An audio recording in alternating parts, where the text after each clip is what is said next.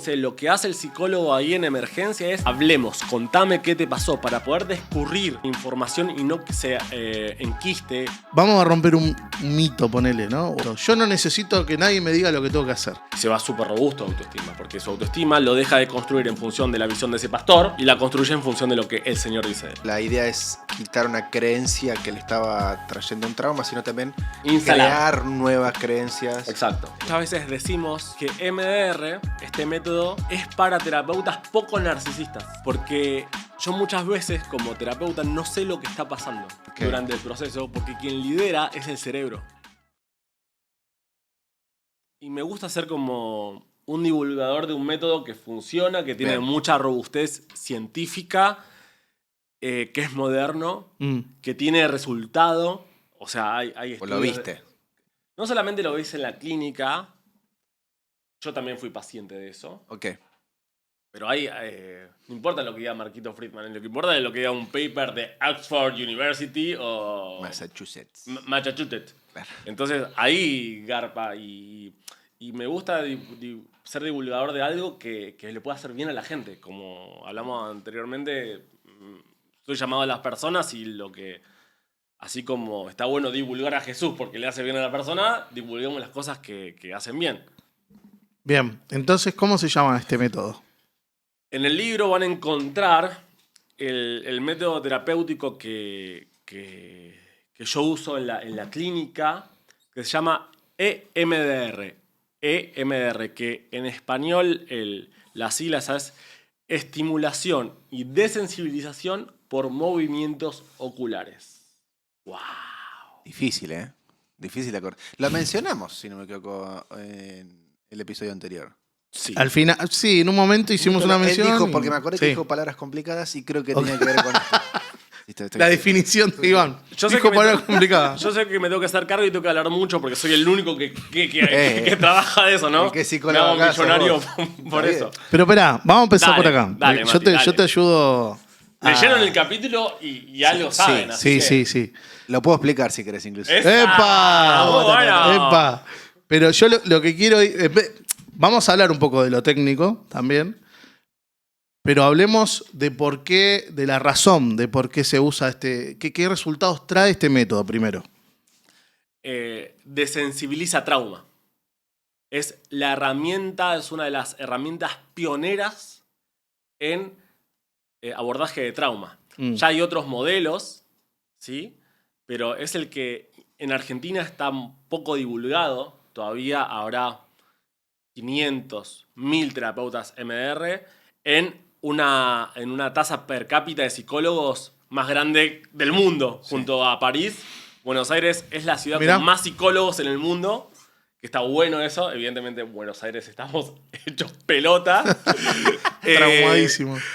Pero en términos de modelos, al ser la Universidad de Buenos Aires la que tiene más graduados por ser pública y con más renombre, pero tiene un perfil psicoanalista, freudiano, para que el mundo entienda un poquito más. Todos los métodos son buenos porque buscan la sanidad y el bienestar en términos de salud mental.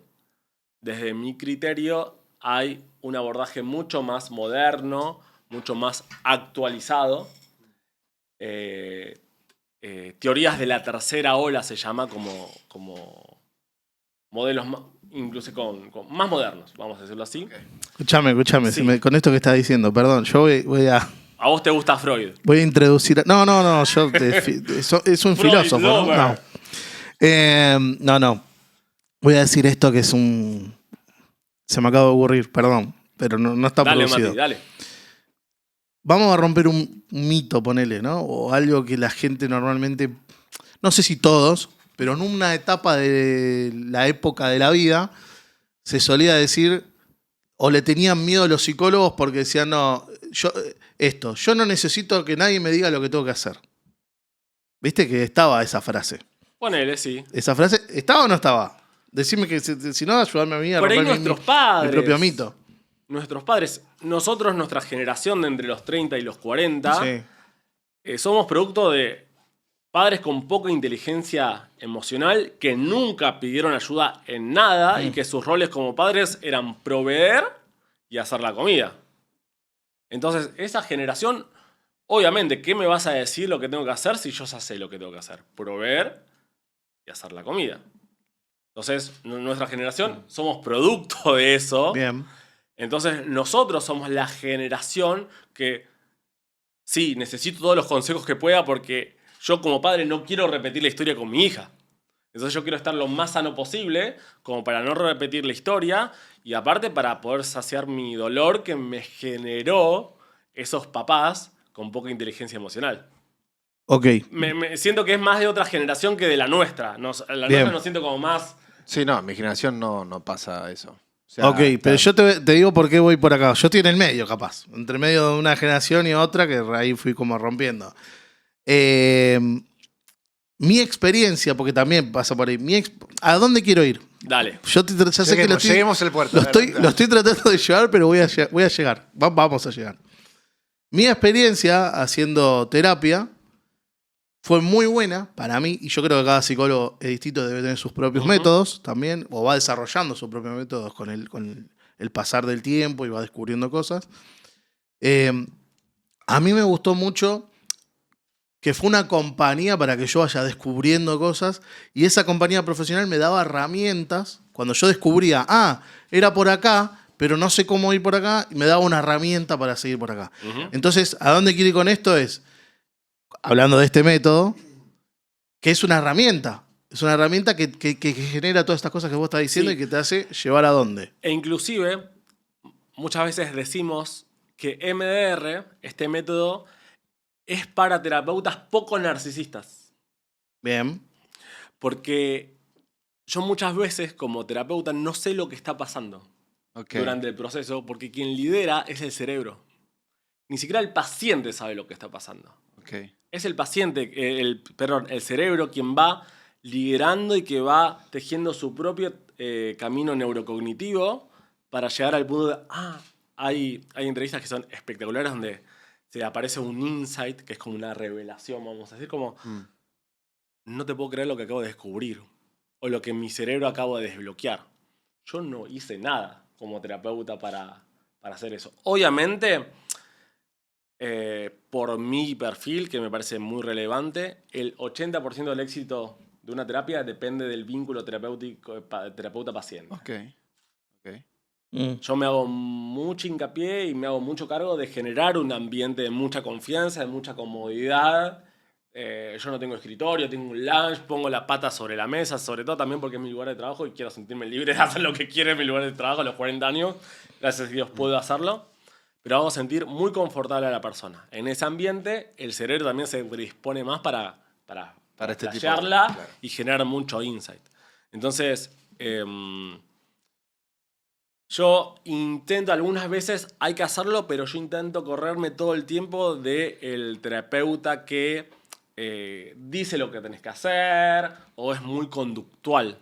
Algunas veces en situación de crisis hay que hacerlo. Claro. Che, un paciente depresivo, loco, generar rutinas, pero a mí me gusta, las mejores sesiones son cuando vos simplemente sos un fronting, sos una pared, y el paciente solamente se da cuenta de lo que le está pasando escuchándose. Entonces sí, eso. Nos ponemos en modo inerte, en modo herramienta, en modo pared, me encanta. Inclusive con mi esposa decimos que somos papel higiénico los psicólogos. O sea, nos usan y está bien, y que se vayan, y está bien, así tiene que ser. Es un ejemplo Pero, no la esperaba. bastante fuerte que no esperábamos ninguno de los ¿Querés dos. ponerle que seamos una carilina? Lo que pasa es que queda como el llanto y demás. Pero me parece que está bien y los psicólogos tenemos como sacarnos el... Papel de cocina, Claro, un rollo de cocina. un tillú, lo que fuera, no... O sea, todo el tiempo hay que corrernos del lugar importante. Lo importante acá es el paciente, todo el tiempo. Nosotros acompañamos, nada más. Cuando el psicólogo se quiere hacer más estrella que el paciente, está muchos problemas. Volviendo al método... Bien. Alguien tenía que, Alguien tiene que cruzar el barco, ¿no? Yo creo que yo lo que quería era Dale, como Mati. Dale, conectar Mati. con lo que me pasa a mí. Te paso los honorarios después. El método es espectacular. ¿Por qué? Voy a intentar hacerlo lo menos técnico posible. Dale. Una de las siglas es estimulación y desensibilización por movimientos oculares. ¿Qué carancho es eso? Es así. Cuando soñamos, chicos, no sé si se dieron cuenta que movemos los ojos. ¿Se dieron cuenta de eso? No porque estoy dormido, pero puedo ver a mi esposa que está con nosotros. Claro. Yo lo vi, sí. O sea, con los párpados cerrados hay como un Movimiento. Sí. Entonces, en los sueños, nosotros terminamos de procesar la información diurna. En un alto porcentaje, el contenido de nuestros sueños fue lo que pasó durante el día y que nuestro cerebro no terminó de procesar durante la jornada. ¿Está bien? Y la termina de procesar durante el sueño. Entonces, los científicos pensaron, esa información disfuncional que ingresó al cerebro, a lo cual eso llamamos trauma, nosotros tenemos que reprocesarla para que pase de estado disfuncional a estado funcional. Bien. ¿Vamos bien? Sí. Vamos bien. ¿Vamos bien? Entonces, si en el sueño estamos procesando la información y la evidencia de que estamos procesando información es que los ojos se mueven, ¿por qué no emulamos ese movimiento ocular en una sesión de terapia? ¿Vamos? Sí. ¿Hasta ahí vamos bien? Sí. Entonces, el paciente en una sesión de terapia, el paciente enfrente mío, conecta con esa situación traumática y lo que el terapeuta hace, lo voy a hacer, el ademán. Ahora voy a explicar otras cosas más. Mientras que el paciente está conectado, yo estoy frente al paciente y empiezo a hacer esto.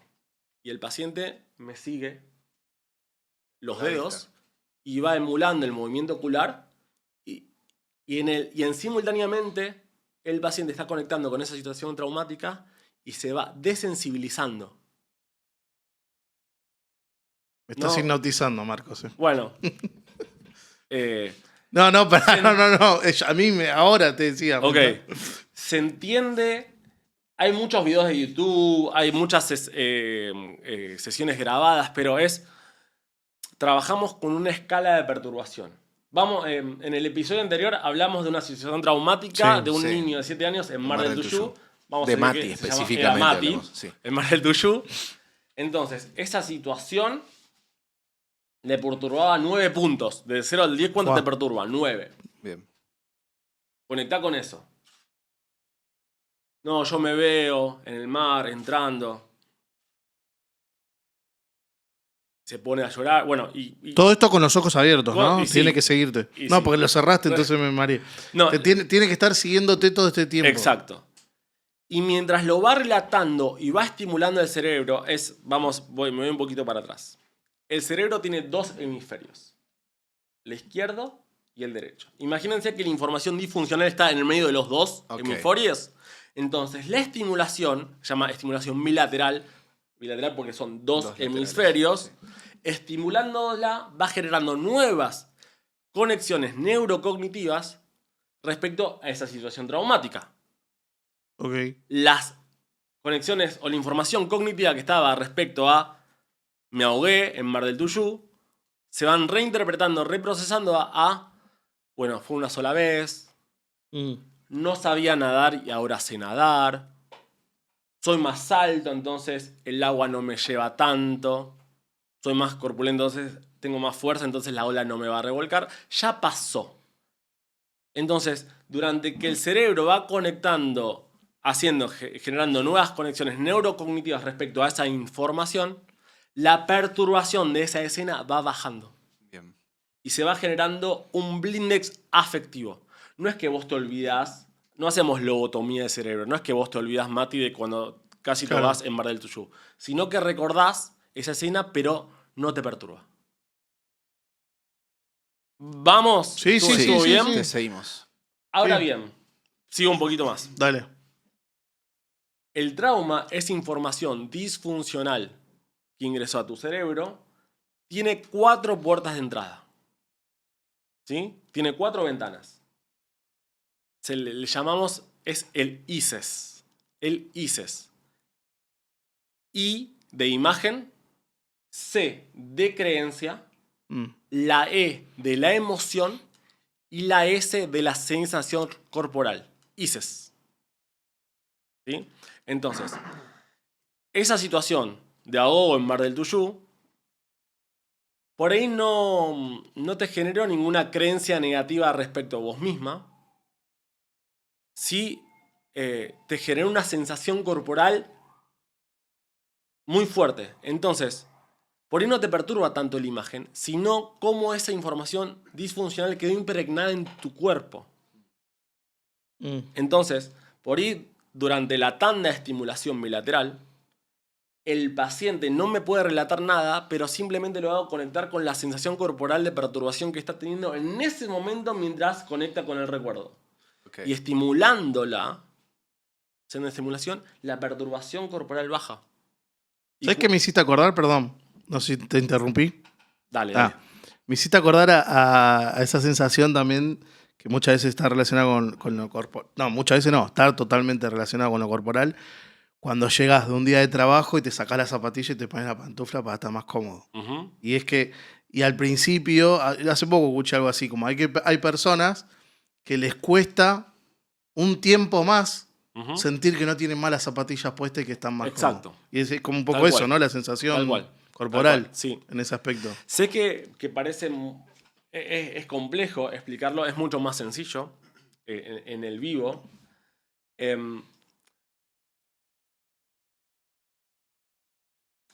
Quiero explicar también que hay otras formas de estimular el cerebro más que esta. Perdón, Marco. Sí, Solo dale. esta que estás mencionando es para que el ojo del paciente haga el mismo movimiento que cuando está dormido. Exacto. Porque eso implica o significa que Que está, procesando información y que están generando... Entonces es simplemente una guía de que el ojo haga el mismo movimiento para procesar esa información bilateral. Ahora, a lo largo de los años, lo que fue pasando que los terapeutas empezaron a tener tendinitis. Claro. Tiene Literal. Mucho. El tendinitis del psicólogo se llama. Claro, es el muñeca de psicólogo. Claro, el médico del tenista es la tendinitis del psicólogo. Entonces, se fueron evolucionando las formas de estimular al cerebro de manera bilateral. Claro. Entonces, las formas que utilizamos ahora es el abrazo mariposa. Con golpeos en... Siempre que tiene que ser Con una Que estimulación vaya uno al otro. bilateral. Claro. en Sí. dos laterales. Bien. O auditivo, tipo metrónomo. Sí. Tac, tac, tac. Siempre hay que estimular al cerebro de manera De bilateral. los dos lados. Bien. ¿Sí? Entonces, A mí me sorprende cómo llegamos a eso, es increíble. ujú. Entonces Al conocimiento de esto, claro. ¿viste? Y gente que se dedica a eso. Obvio. Pero, por ejemplo, vamos a dar un ejemplo más cercanito. A ver. Te hicieron bullying en el cole. Mm. ¿Sí? Entonces, vos, la creencia que se te formó en tu cerebro respecto a esa experiencia es: no soy amado. O no soy querible, o no soy aceptado. Entonces, vamos a atacar esa creencia y vamos a desensibilizarla. Y durante las tandas de estimulación bilateral, lo que va pasando es que esa creencia... Bueno, no soy amado. No, che, la verdad que a los 11 años yo todavía no había formado carácter. Los chicos a esa edad son bastante malos, por no decir otra cosa. Yo todavía no había construido mi autoestima para hacerle frente a ese bullying. Como que va bajando, veo como... No soy eso. Y lo que hacemos también es instalar una creencia positiva en oposición a esa creencia Ok. negativa de no soy amado a soy valioso. Ese nene era valioso. A ver, voy a dar un caso real, me voy a poner en primera persona, a ver, eso por ahí puede ayudar. Y lo voy a conectar con iletrauma. Igual, perdón, Sí, se sí. comprendió muy bien, ¿eh? Se comprendió. Bueno. Sí, total. Es difícil, pero... Yo, antes de que lo conecte con el trauma, me gustaría que lo conectes con la fe y después con el trauma. ¿Cómo sería eso? Hacé el caso, explica tu caso. Me pasó que estaba en una reunión con el equipo pastoral de la iglesia. Empezando a hacer una reunión de un culto general para más juvenil, ¿no? Algunas veces en la iglesia, vos liderando, sos todo. El que predica, el que toca la alabanza, Todos los roles. todos los roles. Ya la bienvenida. Y en eso, yo llegaba 2 horas antes, estamos hablando hace como 10 años, 15 años atrás, y yo ponía los tachos de luz. No eran LED, eran los tachos de luz. Me quemaba, chicos, las manos de una manera terrible. Bueno, en una reunión de evaluación con todos los pastores un poco más grandes, uno de los pastores me pide algo que haga. Si total vos no estás haciendo mucho en relación a esa reunión, puedes hacerlo. ¿What? O sea, yo hacía un montón de cosas. El tipo no estaba, porque como no estaba inmerso en la actividad, simplemente él asistía, no sabía toda la previa que había y yo todo lo que hacía. Entonces, imagínate todas las creencias negativas sobre mí. No soy valioso, no soy tenido en cuenta, no soy relevante y demás. Y eso fue parte de un episodio de Iletrauma. Claro.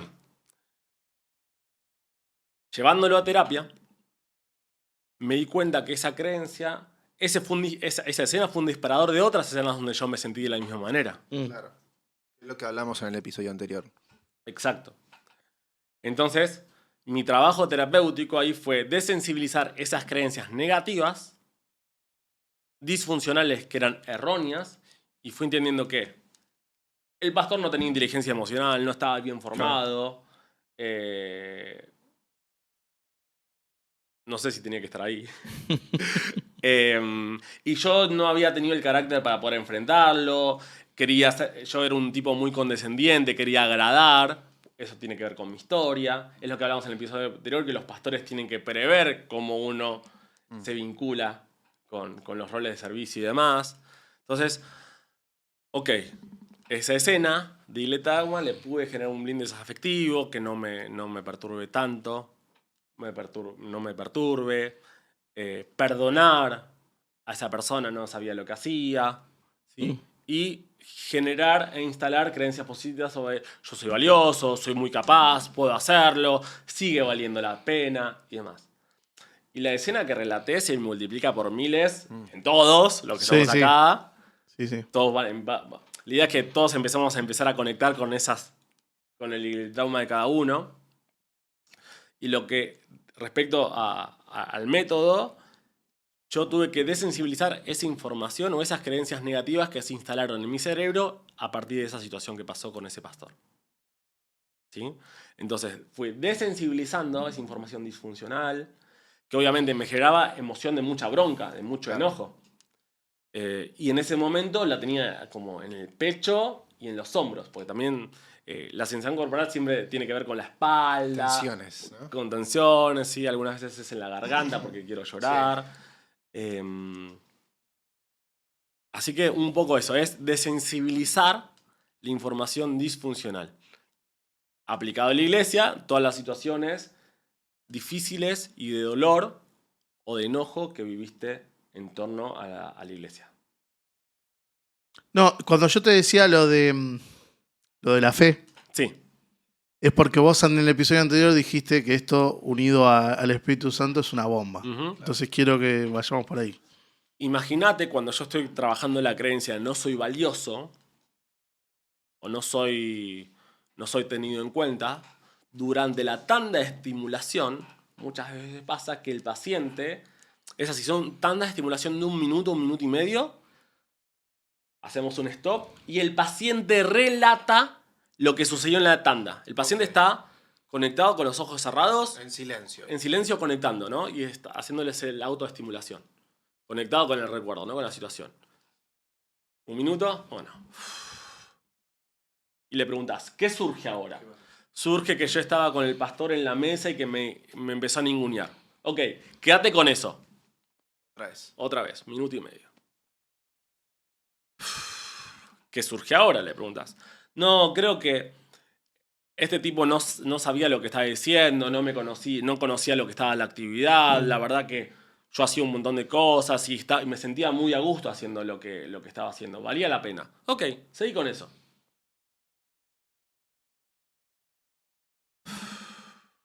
¿Qué surge ahora? ¿Sabés, Marcos? Sentí que el Espíritu Santo me estaba hablando diciendo que yo era una persona valiosa para él. Y que estaba contento de lo que yo estaba haciendo. Me estoy emocionando. Que estaba contento con lo que estaba haciendo porque queríamos conectar a los jóvenes con una reunión más para ellos. ¿Ok? Seguí con eso. ¿Qué surge ahora? Una sensación en el pecho de un calorcito que no la sentía antes. ¿Ok? Seguí con eso. Y así hasta terminar un par de tandas más. Y la perturbación que inició en un 9 de esa imagen original, claro, ahora se entendió mucho mejor porque pudimos relatar toda la secuencia. Sí. El paciente se va mucho más aliviado. Una situación de trauma puede implicar 2 o 3 sesiones. Claro. Algunas se resuelve en 2 tandas, porque el paciente... Pero en esto de repente el Espíritu Santo se te mete en la tanda. Es tremendo eso. Y obviamente porque... Yo como psicólogo con fe cristiana lloro por los pacientes y ministro el lugar también, ¿no? Pero es espectacular cómo... Yo siempre digo lo mismo. Si vos tenés colesterol... ¿Cómo nos fuimos del colesterol? Estoy pensando en qué pasó acá. Arrancó. Cuando vos tenés colesterol Cambio de frente. y el médico te da una medicación... Sí. El Señor te va a poner todo lo que está a la disposición de sus hijos para ser bendecidos. Si es una pastilla para controlar la coagulación, el Señor te la va a dar. Si es un espacio de terapia, el Señor te la va a dar. Si es un abogado bueno para una cuestión legal que tenés que van en contra tuyo, el Señor, somos creación suya. Nos ama, somos sus hijos, nos va a proveer todo lo que está a su alcance para poder bendecirnos y ayudarnos. Una pastilla, un abogado o la neurociencia. Sí. Entonces, obvio que se va a meter. Todo el tiempo se mete. Aparte somos seres integrales. Es todo holístico en ese sentido. Entonces... Sí, a veces somos nosotros los que no nos damos cuenta por ahí, ¿no? Entonces, ¿cómo termino una sesión? Generalmente, ¿qué te llevas de hoy? Jesús me ama, soy valioso para Él, y eso es lo más importante.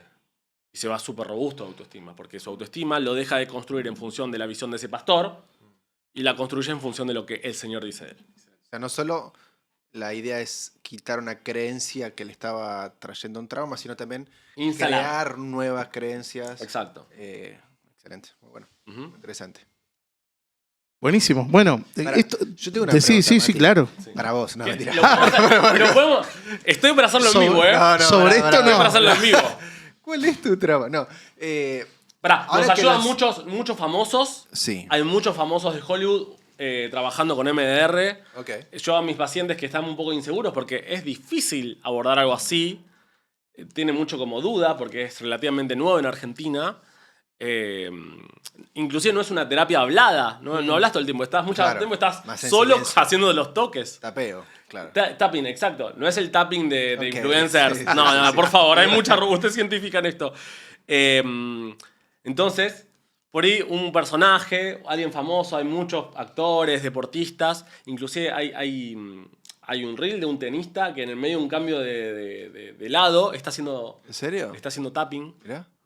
Y conectando, que es paciente MDR. Yo vi un video que no sé si es MDR, pero porque no llegué a leer el término, pero hacían algo, era ocular, y era un entrenamiento para concentrarse para una deportista, que cambiaba el foco del lugar de atrás para adelante, para el medio. ¿Lo conoces eso o no lo escuchaste? No lo escuché. Pero debe ser otra cosa porque no es... Sí, no. Debe ser algo de neurociencia. Pero no bilateral. No justamente esto. Lo que preguntaba yo, ahora que lo aprendimos, Mati y yo y los que están del otro lado. ¿Recomendás que lo hagamos solos en casa o no? No. ¿Cómo? Porque ahora entendí ya. Gracias. La estimulación bilateral solamente se puede hacer en un espacio seguro como terapéutico. ¿Por qué? Imagínate que yo en esa cena con el pastor me empiezo a angustiar mucho. Me empiezo a desregular. Okay. Nosotros tenemos, el profesional debería, y estamos entrenados para poder ayudar a regular emocionalmente al paciente, porque el paciente tiene que ir a cuidar a sus hijos, tiene que ir a trabajar después de la sesión. Claro. Obviamente podés quedar un poco más cargado una sesión que otra, pero vos le tenés que dejar estabilizado emocionalmente al paciente para que pueda seguir adaptativamente su vida. Entonces, imagínate que vos lo haces solo, y te empezás a desregular en tu casa y empezás a disociar un montón de fenómenos como peligrosos en algún punto, donde el psicólogo tiene que estar ahí cuidando. O sea, acompañando, claro. Claro, si lo haces solo, ¿quién te va a cuidar o a resguardar en ese sentido? Lo que sí hacemos es seguir conectado con esto en el día, anotar las creencias positivas que instalaste, ponértelas en los post-its en tu monitor. También instalamos en el cerebro, con este mismo método, lugares calmos, ¿sí? Como que puedas proyectar cuáles instalamos. Ese es lo que se hace al principio del tratamiento, porque es un elemento de regulación emocional. Un lugar calmo. Mi lugar calmo es en Villa Langostura. Estoy sentado en una playita, al lado está un muelle, enfrente veo la montaña, está el lago y un velero. Entonces, este es tu lugar calmo. Ese es mi lugar calmo que está instalado en mi cerebro. Entonces, cuando yo tengo un estresor o algo, vas ahí. Y es lo que puedo hacer en casa. Pero no lo hago con la estimulación bilateral. Porque ya lo tengo instalado, simplemente lo evoco. Eso es lo que podemos hacer. ¿Sí? Buenísimo. Bueno, tengo algunas frases acá para ir cerrando que me gustaron, las leímos de la guía esta, que dice que la fe y la terapia no compiten, se complementan. Eso número 1. Y después que habla de que el MDR no borra recuerdos, por las dudas. No hacemos lobotomía de cerebro. Claro, sino que borra el poder de que esos recuerdos tienen sobre vos. Exacto. Genera, como decíamos, ese blindex afectivo bajando la perturbación que vos tenés con esa escena y tus emociones. Algo para resaltar. El trauma tiene mayor poder traumático si se vive o no en soledad. Si se vive o no acompañado. Por eso, en esto de... Soy testigo. De qué hacemos, lo hablábamos en el episodio anterior, qué pasa si tenemos un iletrauma, cómo pedimos ayuda y demás, ya sentís que algo te pasó, hablalo. Sentite acompañado con alguien, que alguien te acompañe en esa sensación rara que te generó, o tristeza o dolor, hablalo, porque sentirte acompañado te baja muchísimo la probabilidad que esa información se aloje de manera disfuncional en tu red adaptativa. Entonces, vivirlo acompañado. Por eso, los psicólogos en emergentología, no sé, hablemos de un cromañón o una tragedia de 11, lo que hace el psicólogo ahí en emergencia es hablemos, contame qué te pasó, para poder descurrir la información y no que se enquiste o se aloje de manera estática y pueda fluir. Entonces, no va a hacer una gran intervención el psicólogo in situ en una emergencia, sino hacerlo hablar y un abrazo y sentir que alguien me estuvo... Porque cuando yo trabaje esa situación en MDR, se me va a venir el recuerdo de ese abrazo que me dio ese psicólogo o ese transeúnte que estuvo ahí. No lo viví solo. Estuve. Entonces, cuando vos salís de esa reunión pastoral o pasó algo en la iglesia, che, Iván, la macana que se mandó este tipo, no saben, me quedé re enojado. Bueno, entendelo, no lo hice a propósito. O sí, la verdad te entiendo, la verdad conmigo también lo hice. No soy el único tonto que le pasó. Hablarlo siempre, siempre suma. Buenísimo. Bueno, cerramos con esa frase entonces. Muy bien. Y próximo episodio, te tiro el título nada más. Pastoral y liderazgo. Se viene divertido eso, me gusta. Nos vemos.